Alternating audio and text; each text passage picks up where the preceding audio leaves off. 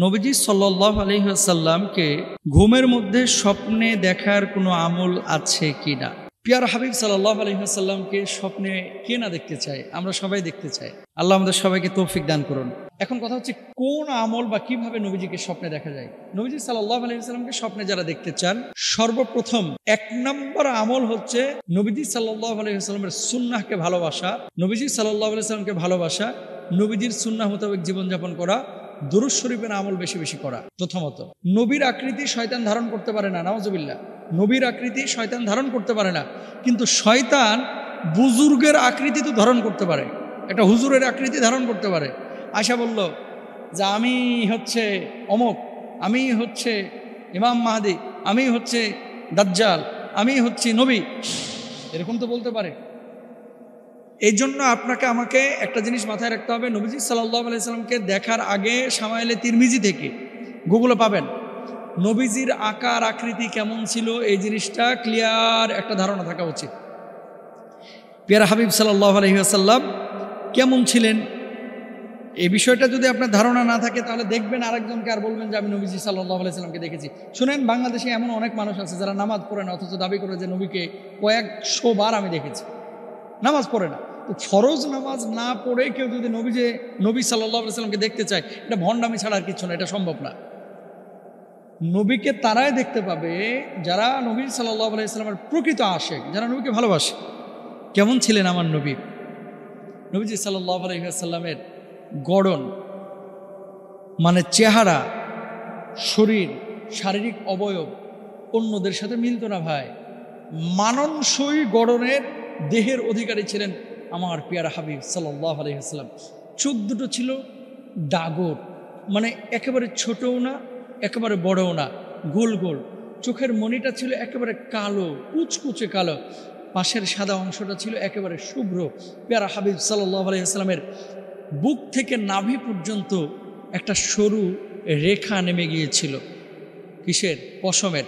নবীজি সাল্লাল্লাহু আলাইহি ওয়াসাল্লামের এই দুই কাঁধ ছিল প্রশস্ত, শরীরে কোনো মেদ চর্বি ছিল না, পিঠের মধ্যে মোহরে নবুয়তের কবুতরের ডিমের মতো একটা সিল মারা ছিল, যেটা আল্লাহ সুবহানাহু ওয়া তাআলার পক্ষ থেকেই।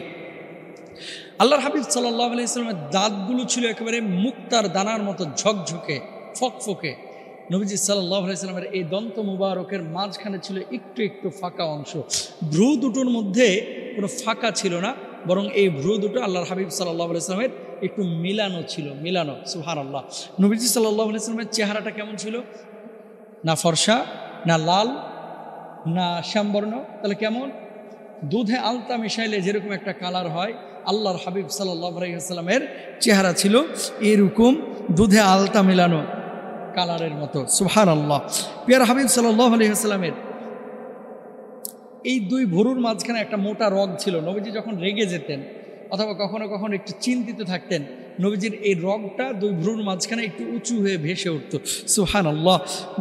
রাগের সময় যেটা দেখা যাইত। এবং নবীজির এই নাকটা চাপা ছিল না, একটু খাড়াটে এবং চকচকে ছিল। দাঁতগুলো বিযুক্ত রূপার গাঁথনির মতো। এক কথায় তার অপূর্ব রূপ মাধুর্য বর্ণনাতীত। যে কেউ তাকে প্রথম দর্শনে হতভম্ব হয়ে পড়ত। যে দেখত সে কথা বলতে বাধ্য হতো, জীবনে এমন সুন্দর মানুষ আর দেখে নাই। সাহাবীরা বলতে বাধ্য হয়েছিল, একদিকে আমি পূর্ণিমার চাঁদ দেখছি, আরেকদিকে পিয়ারা হাবিবের মুখ আমি দেখেছি, খেয়াল করলাম কে বেশি সুন্দর, আকাশের পূর্ণিমার চাঁদটা বেশি সুন্দর নাকি আমার পিয়ারা হাবিব সাল্লাল্লাহু আলাইহি সাল্লাম বেশি সুন্দর? দেখলাম যে আকাশের চাঁদের চাইতে আমার পিয়ারা নবী বেশি সুন্দর। সুবহানাল্লাহ। সুতরাং এই জিনিসগুলা আল্লাহর হাবিব সাল্লাল্লাহু আলাইহি ওয়াসাল্লামের এই গুণাগুণগুলো, চেহারার আকার আকৃতি, বর্ণনাগুলো, এগুলো যদি আপনার কোনো আইডিয়া না থাকে, ধারণা না থাকে, তাহলে আপনি কিভাবে বুঝবেন যে আপনি কাকে দেখেছেন? এই জন্য এগুলো আমাদের খেয়াল করা উচিত।